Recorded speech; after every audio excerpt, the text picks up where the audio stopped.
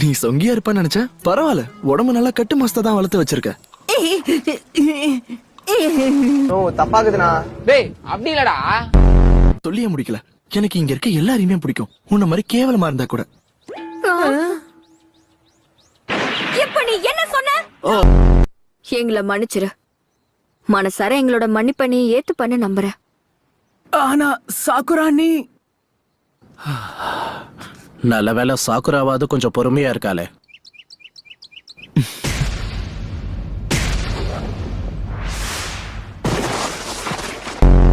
என்ன இப்ப எப்படி ஃபீல் பண்றீங்க? உங்க சண்டை முடிஞ்சதா?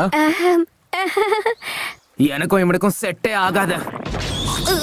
அன்பா சொன்னா புரியாதுன்னா அடிச்சுதான் புரிய வைப்பேன். பரவாயில்லையா?